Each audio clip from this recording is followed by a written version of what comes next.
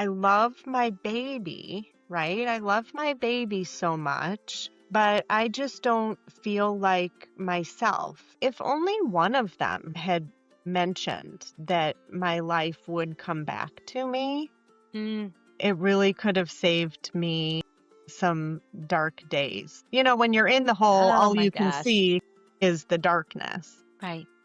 Motherhood is truly unbecoming all that you were to become all that you are.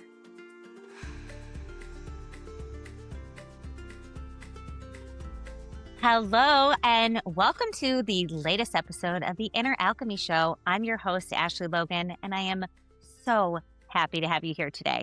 This is a show where we go deep on everything from spirituality to relationship and connection to business and belief systems, because sometimes in a world when we've been taught to play by certain rules, it's important to take a step back and examine them. I couldn't be more excited to have today's guest on the show.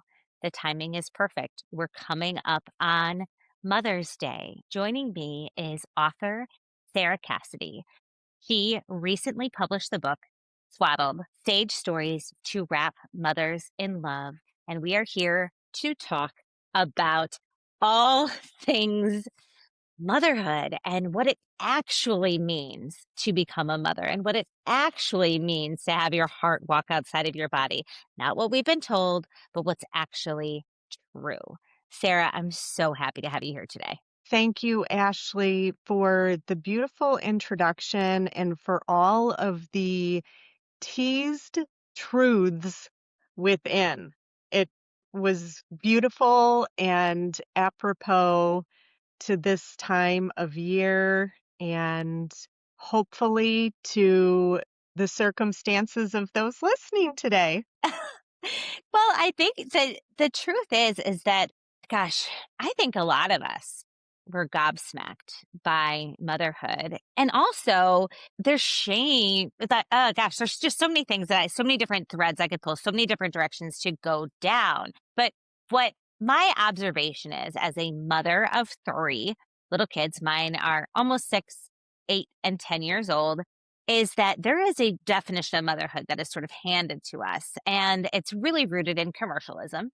Get the right baby product to solve your problems, and this is what you need to do to prepare, have the baby shower, have this, and outsourcing our wisdom to outside sources. When there isn't a platform for talking about what's actually true, those stories tend to perpetuate and maybe even cause some shame. If you didn't feel the pregnancy glow, if you didn't feel that this, that, or the other, or if crave your old life to some extent. And so you, dear angel of a person, felt that deeply and wrote a book about it. So let's start with your story. Yeah, gosh, everything that you described resonates so deeply for me. And I think, Ashley, when I try to encapsulate all of it, I really believe so deeply and so wholeheartedly that with every baby, a new mother is born. But we don't talk nearly enough about that. And so, as you touched upon, we have all this language and ritual for welcoming the baby, and almost none for supporting the mother through what is actually a pretty profound psychological transition. So I thought I was prepared. I read all the books. I had everything organized, and I assumed that I would still feel like myself with the baby, right?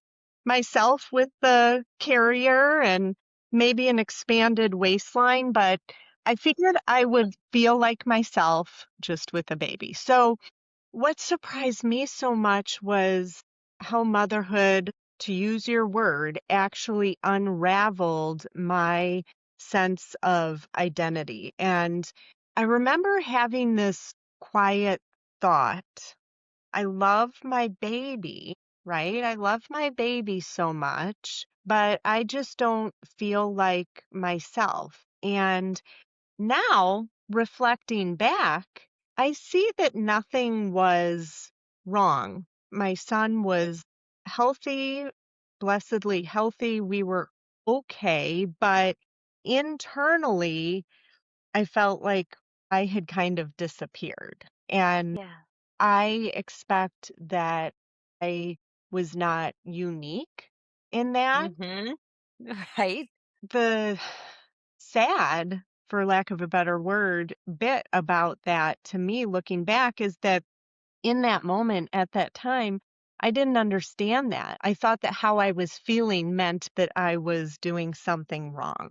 And so looking back, I can see it was something else entirely, that it was this slow, longitudinal process of unbecoming who I had been, and then it is gradual. Maybe we want things to transpire quickly, but they don't. And so it was a gradual becoming of someone new. But that middle space, the in between, it was so disorienting. And I think that that middle space and place is so underestimated. That liminal space between, as you said, unbecoming all that you were and Yeah. becoming all that you are. And in that process, in that messy middle, when we don't necessarily have the rituals to support it, the words to support it, because we sort of have been taught to, if we ever say something like, God, I'm tired of being a mom right now, that means you don't love your kids. It's like, no, that's not true at all. It's just like sometimes you want to remember who you were before and integrate those parts of you into what's happening next. And so what you're saying is so deeply profound and I think courageous to say, wait a second, this is everyone's experience, but we're taught something different and we're not allowed to talk about it. Fuck that. Right. Yeah. Thank you. Thank you for that. And I think that if we did talk about it more, and I think that it is being talked about more, I do need to call out, there have been a good number of years from the time that I was a brand new mama till now. And I think it is being talked about more, thank goodness. But if we can keep that swell rising, if we supported mothers with the same care and intention that we give the babies, I mean, the onesies, the copious blankets, they're all adorable.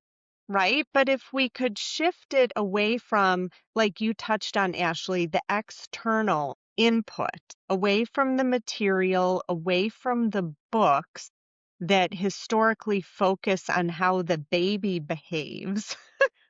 And if we can focus some of that intention toward the mother, that a lot of that quiet suffering and, like you had talked about, shame, etc., could be eased. Well, I think that it's so important to tell the truth. And that's the thing is that we're just not telling the truth when we're leaving out an enormous part of the story. So let's go back to that place in time. So you had just had your first baby, and I know it's a boy. And so tell me about what you felt in that moment. Yeah, I felt surprised. I felt a little bit duped, and it's a little embarrassing to say that because I'm this type A person who shows up virtually nowhere without being prepared. So I love this about you. I immediately felt like an imposter is the Yeah. best way to frame it. I had this new job, and I guess it had a job description attached to it. But when I was in it, I had no orientation, no metrics to surmise that I was doing it well. I knew to expect to be tired. I knew to expect the baby to cry. Those are hardships that were expected.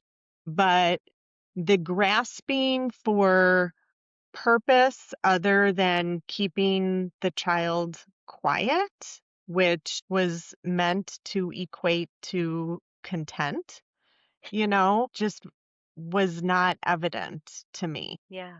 And Yeah. no person, all of the lovely ladies in my life, including my mother-in-law, my aunts, I was actually one of the first of my friends to have a child, so I didn't have that network. But if only one of them had mentioned that my life would come back to me, Mm. it really could have saved me some dark days. When you're in the hole, Oh all my you can gosh. see is the darkness. Right.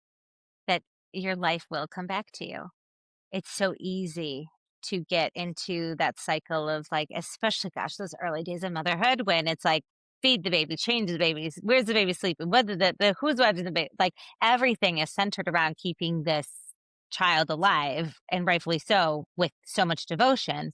And that also can create a cycle of not taking care of your own needs, not taking care of your body, not eating properly, like all of those things, because you're just so in it. And to have someone stop and just like grab you gently by the cheeks and say, darling, you're going to get through this. This is the hard.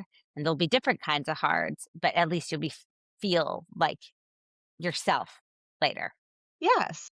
And you'll learn who your new self is as you go. And if there were that encouragement of faith in that was coming, we can all deal with hardship, but sometimes we need a path or at least a glimmer. As you were speaking, I was envisioning someone cradling a mother, right? Swaddling a mother's face or just reaching for her hand and just being there and listening more than providing unsolicited advice, or worse yet, sharing your own experience to the point where it makes the recipient of your experience feel inept or leaves her comparing herself, right?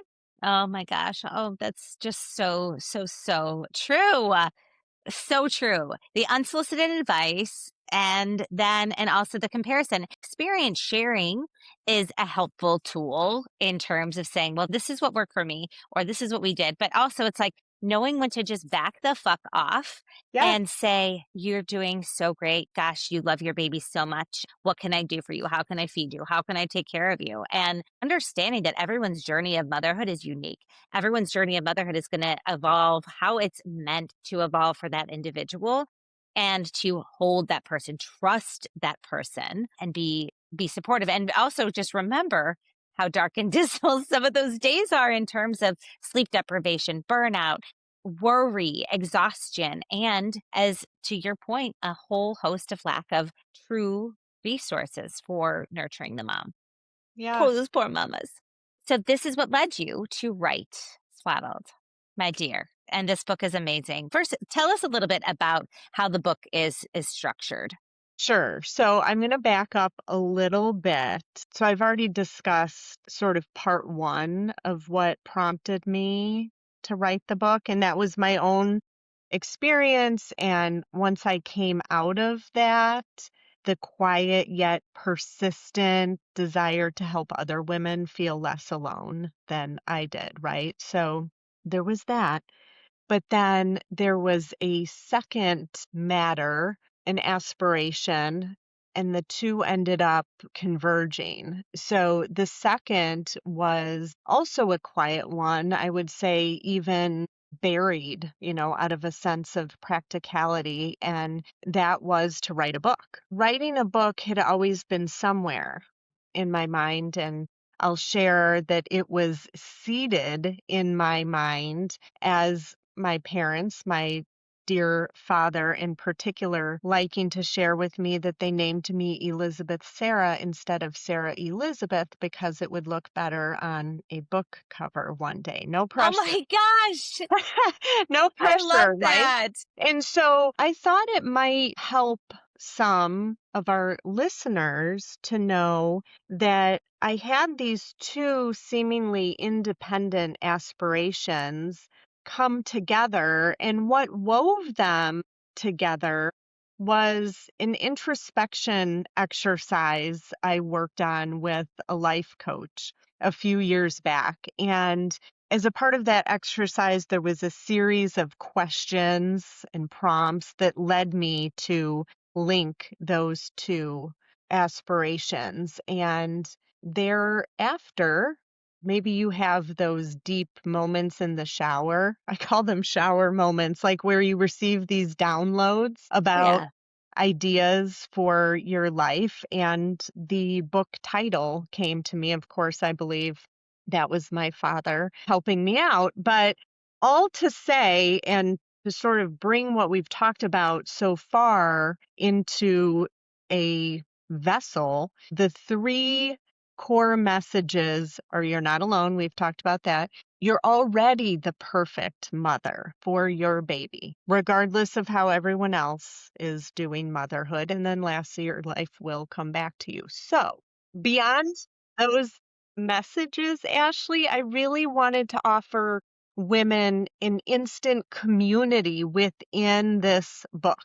And so I actually started writing it as a work of fiction, but quickly realized that if I wanted to get those messages through clearly, I was better served to tell true stories.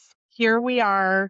The book includes 12 women's stories, including my own, and the chapters are structured to be digestible, no more than 20-ish pages each because new moms don't have a lot of time to read. But within each of those digestible chapters, we see a very clear arc, and what's consistent across those characters' arcs in the end is support and a certain variety of buoying by someone around them. And that someone varies, which I think is a nice part of the conclusion of the collective, is that there is someone out there for everyone to save them. My chapter is titled Lifelines because what saved me was a new motherhood support group at the hospital where I delivered my son. I very reluctantly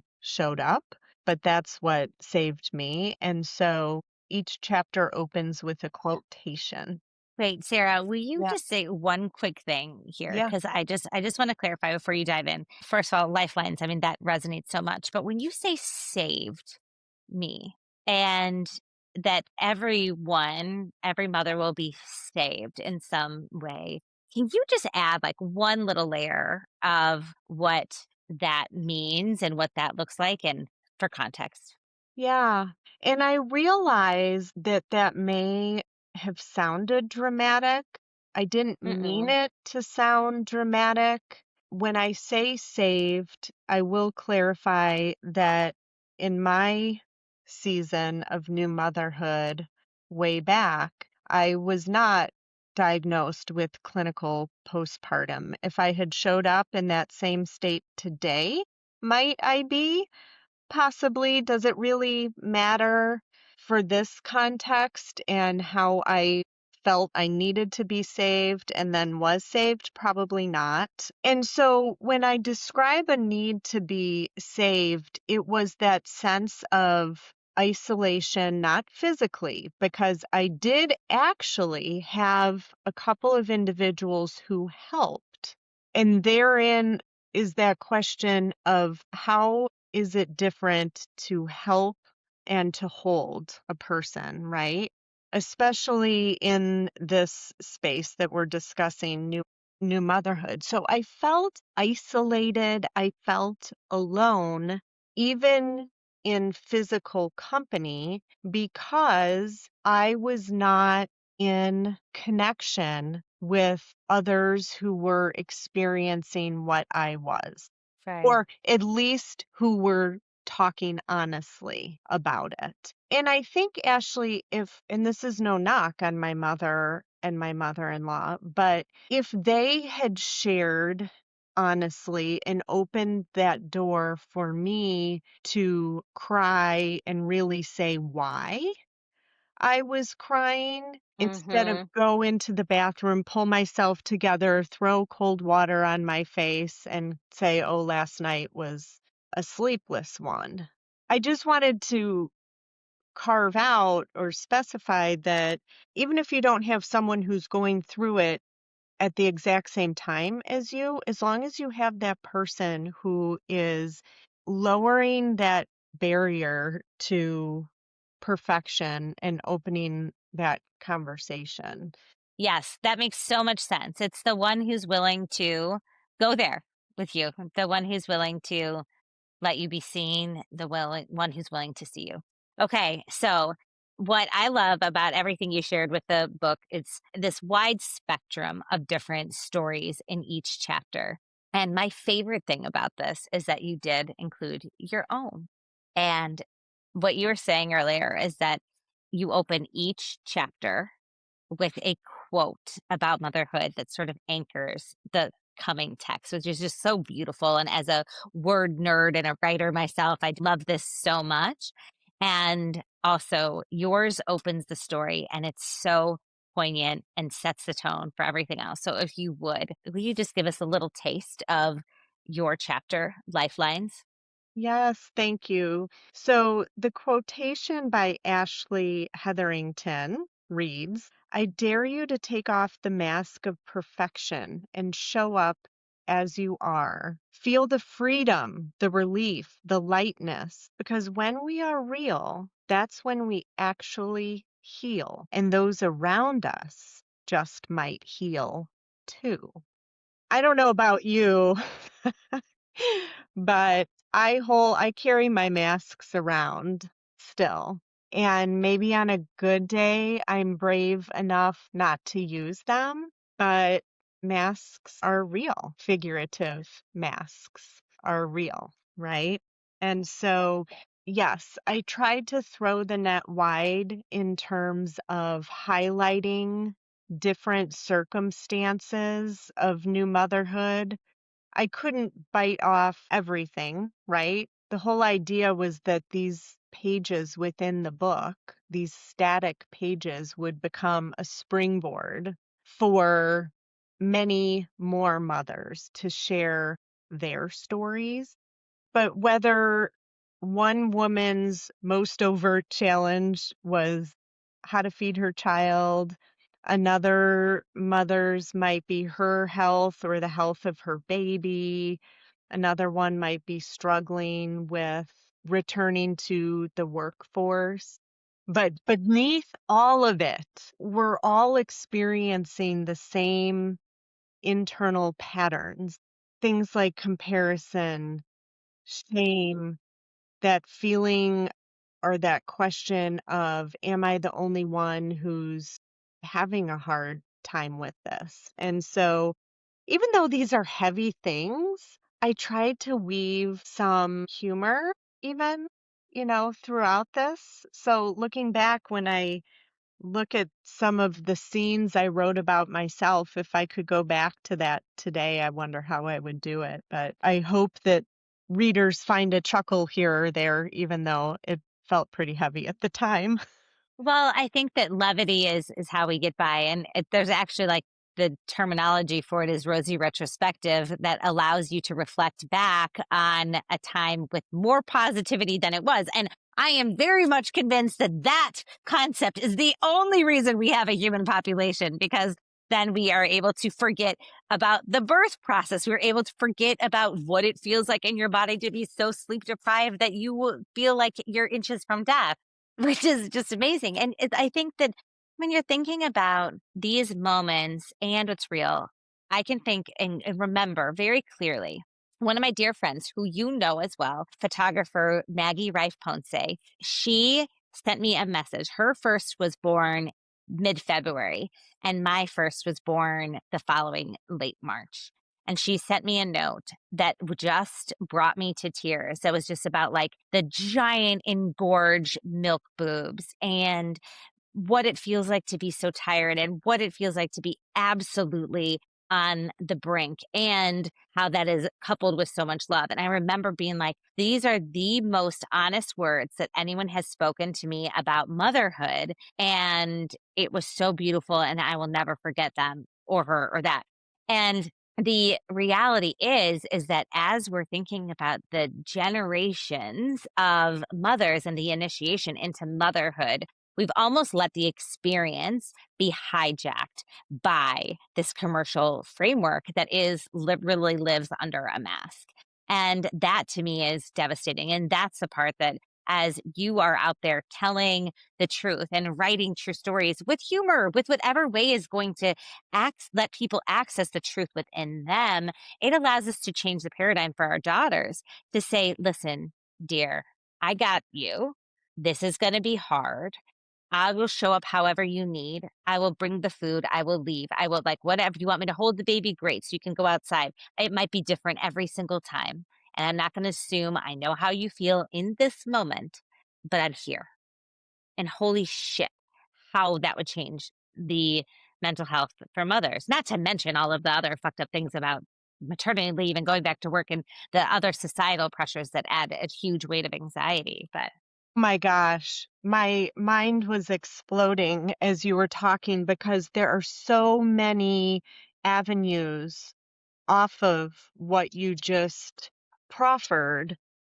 I want to start with the fact that nearly every woman I talk to describes something similar to Maggie and the outreach and how it was that one exchange that really landed with you. So I think that was part of my inspiration too, because most people can cite one, but not many more purely genuine exchanges that land as affirmation and reassurance, right? The rest sort of become noise. And so there was that. I was giggling when you were talking about the commercialism and society's take on all of this because statistically, I don't have it in front of me, but statistically,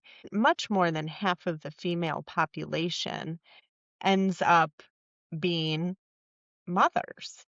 And so, for as statistically common as it is, I really still grapple, and I'm just trying to do my tiny little part, but I still really grapple with how is this so under supported? But it comes back to, and I actually write in the preface that if we were totally honest, if it weren't such a delusion, maybe it would actually curtail our species' ongoing healthy population. You know, I mean, if we were honest, because everything that we know is upended, it would be like systemic birth control or something.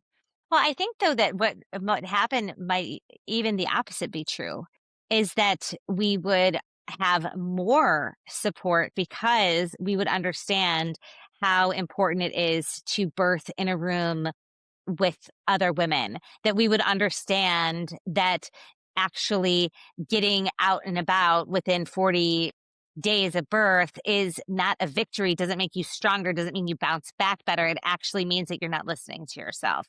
And I think that it would actually like rewrite the rules about what's true. What do our bodies need? And all of the rules that we have to follow, that if we could start to dismantle them, I feel like it would actually create more camaraderie, more of that village, because what I know is that what creates connection more than anything, and that's telling the truth. So if we're not telling the truth about motherhood, then we're almost by design dismantling the village. Yes, I love it. And your visual of a room, a birthing room, I think you meant literal, but it could be either Yeah. literal or figurative. leading up until the birth, a woman being held by, embraced by that truth, preparation that it's going to be hard. And when it is, you filled in the blank of the second part, which is, I will be here for you. I am here for you now, and I will be here for you when. Fill in the blank, because the when is going to transpire. Oh my gosh, that's so true. What I love so much about you is that you have this very intentional, approachable way of delivering these messages. And it's what women and other mothers need to hear so that they don't feel, as we started out, gobsmacked with the exhaustion. And that you can actually say, like, God, I love my children, and, or but, or this, and Correct. that it's all okay because it's telling the truth and communicating needs. So I'm curious too that there's your story in here. Is there any place or any passage that you'd like to share with us that sort of epitomizes some of like your unique experience in motherhood? Yeah, I do have one. And of course, it's always hard to choose, but here we go. I got situated in the glider atop the inflatable inner tube, unlatched my nursing tank, and let the udders hang loose. Little dignity remained following our birthing experience. I laid Ryan across the nursing pillow and, with his bad shoulder up, just as the lactation consultant had shown me, but he wasn't latching, he wasn't catching my nipple.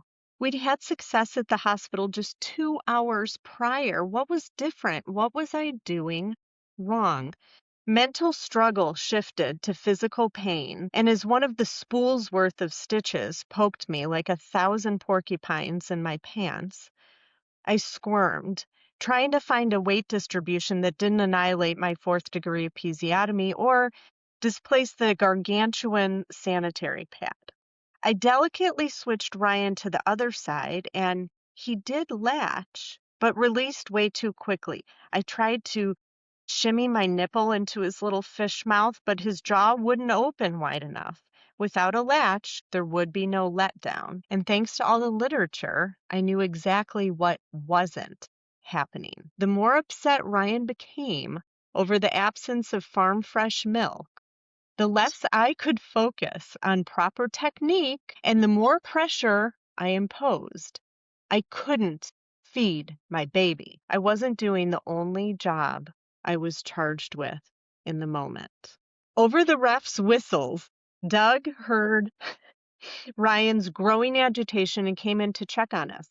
I sat up straighter and wiped the perspiration from my forehead. "How we doing?" he asked, staring at my exposed chest, a departure from my typical modest self. "Fine, good." My voice quivered but held over Ryan's quiet cries. "There are ups and downs, but we'll figure it out. I'm right here if you need me," he said and walked out. He didn't need to know. Back to figuring out how to feed our son. And then I remembered I had a couple single serving bottles of formula I'd smuggled from the hospital. Research told me that supplementing with formula this early would be detrimental to my milk supply, but without thinking, I hooked Ryan up with the contraband. It was a quick fix, and the sweet sound of his suckling settled my nerves instantly. He downed the entire thing, burped with gusto, and fell right back asleep. I buried the bottle under some tissues in the wastebasket and put Ryan back in the bassinet while I pumped to correct my perceived wrong. I'd review the nursing books and be ready for success at the next feeding. Oh my God. So I just got chills reading that to you, Ashley, because I know who you are in terms of compassion and empathy. And my takeaways from that scene are one, the pain in feeling that you're not doing your only job well, especially when that job is nourishing your child.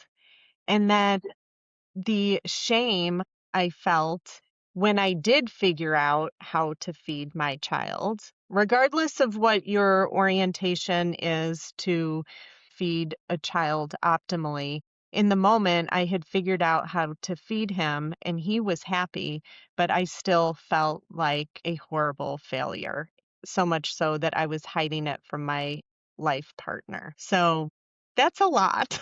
That's a lot. Oh my God. Well, because there's so much shame in that. And first of all, I just want to say that I see exactly what you said, a woman who fed her baby. And that is so beautiful. But the nuance of it, the all of it, like, wait, you can't figure this out. You can't do that. Like, wait, isn't this your job? Aren't you supposed to automatically know? And it's like, where's the birthing room? Where are all of the women who can sit there and be like, honey, get your tit, get the, like all of the things and help you figure this out or nurse your baby for you or like get you the right ice pack or change your position because you had a fourth degree tear in birth experience. And it's just one of those things where it's like we have so much of it wrong. And we, as individual mothers, carry the weight and the shame alone instead of it being a collective outcry that what we have right now is not enough to support us. But the thing that is so beautiful about this is that regardless of the support, regardless of all of those pieces, women are incredible and we find our way back home to ourselves. And one way or the next. Thank you so much for sharing that. And pardon my diatribe about all of the parts that work and don't work. And even like your husband walking out and leaving the room instead of being like, okay, you're not fine. I'm going to get behind you in this chair. I'm going to massage your head. I'm going to swaddle you. And it's one of those things, and not nothing against him. He wasn't taught to do those things. So, Yeah, and as you were speaking, so much too around how can something that is so natural be so difficult? I think our world doesn't do a good job of reconciling that either. I yeah, mean, I still will walk by a young woman nursing her child, whether it's in a grocery store or on a park bench, and the wonder associated to that. And today I get pains of jealousy, when I see that. And it is so beautiful and it is so natural. And what we see oftentimes, like maybe on a park bench with a beautiful drape, it is romanticized, but I promise you that same mother has her own difficulties, either with feeding her child or otherwise. there are other things. I'm laughing because when you said letdown, I literally like felt the tingle in my nipple. I You was like, "Oh, I remember? remember that sensation." You Oh yeah, I like remember that fully tightness. remember. Yeah, like I remember all of it and I miss it. I loved feeding my babies. But the point is that motherhood is a spectrum. And so now, how old are your boys? Oh, they're old, Ashley. So 23, 21, and 18. They're all legal adults. But I know that they still need me. And the fun is in how their variety of need evolves. Right. So funny. From keeping them alive, a little more Truly. desperate. Yes. Uh-huh. Yes. To now getting to be the sounding board for careers, for life, for relationships, and all of those things that it's really beautiful. And so I think one of the questions that I have for you is this. What do you hope will change for mothers of the next generation? If there's any message that you had for them. I hope that they feel more freedom in saying it the way that it is, and that doing so will result in more holding, more embrace, more community. Beyond that, my hope would be that that support shows up naturally and without being asked. And that would require a movement far beyond the two of us. I think there are a lot of generous women out there who are speaking and doing the doula work, right? Not just birth doulas, but postpartum doulas. There are people who are hearkening back to generations long, long ago who I think did a better job with this than we do today. I worry a little bit about the over medicalization of pregnancy, birthing. You know, I want it for everyone to happen in a safe way, in a safe place. However, there was so much confusion for me about feeling like I was dealing with a medical condition, which at points translates to potential pathology in that. It just didn't feel as embraced. Yeah, I think that breaks my heart I too. know. That all of the ways where the system sort of lets us down. And though that there is so much hope in a next generation of people telling the truth. And I think that that starts with inviting our mothers to tell the truth by us telling the truth and knowing that it's okay. And that's what your book really, really does. And I think that that is so powerful. I love how you tell the stories of all different spectrums of motherhood because the truth is that there's different challenges for every person.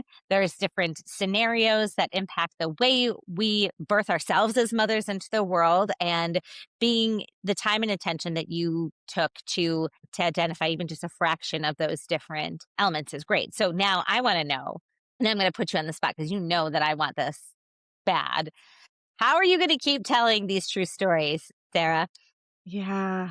Well, talking to people like you is certainly one way. And I'm still figuring that out, quite honestly. To birth the book itself was quite a feat that was not as expected. I actually wrote a blog post about the analogy of birthing a book and birthing a baby. So now she is here, and as I'm receiving feedback, because clearly I'm a person who requires feedback.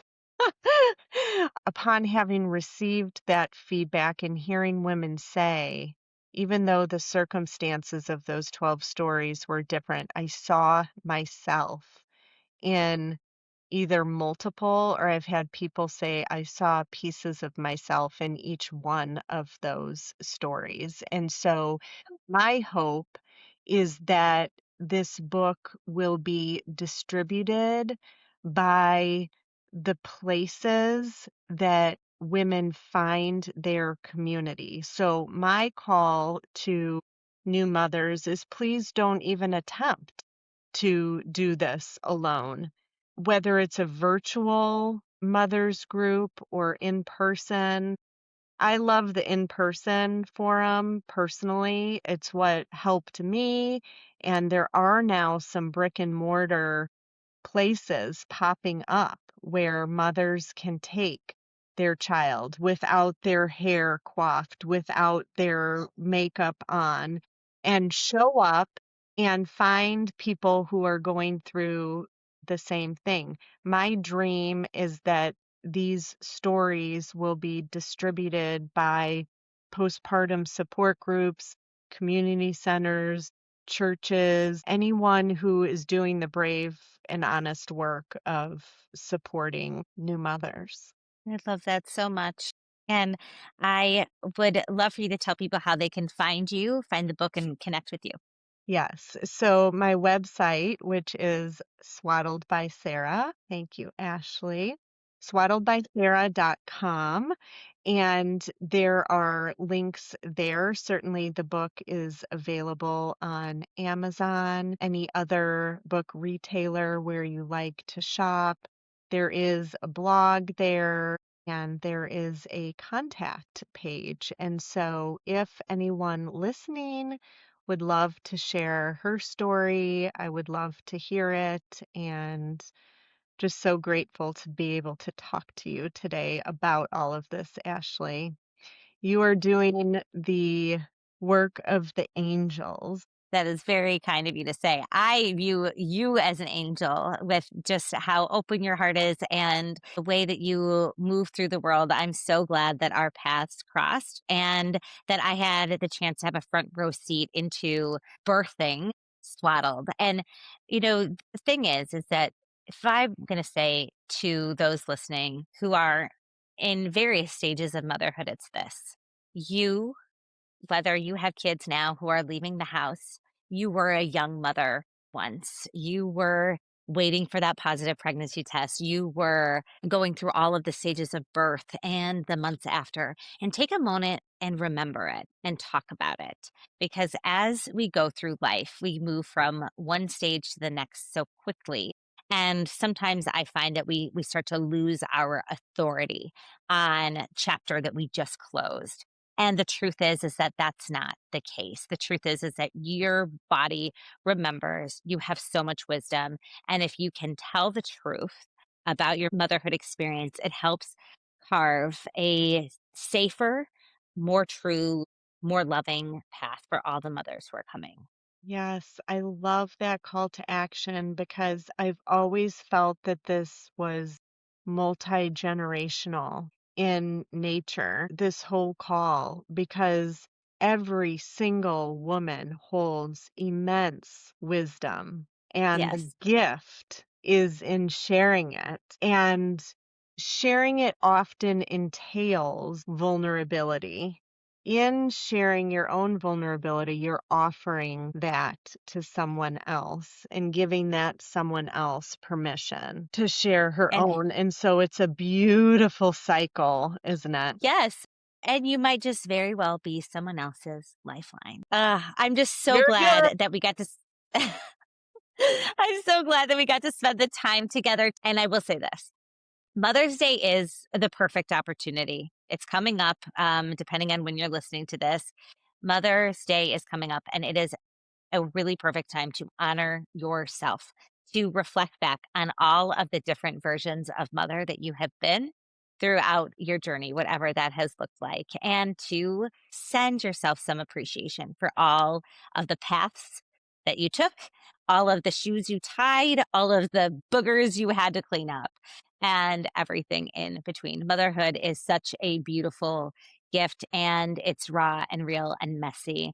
And my favorite phrase to come from the book and from your website, Sarah, is motherhood is truly unbecoming all that you were to become all that you are.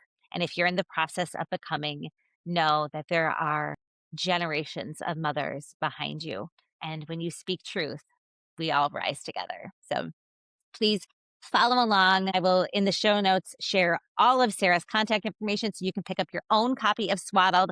I have a feeling that this is just the beginning for her, and we're going to be hearing a lot more motherhood stories through Sarah and her work. So thank you all for tuning in today, and looking forward to seeing you on the next episode of the Inner Alchemy Show. Take care.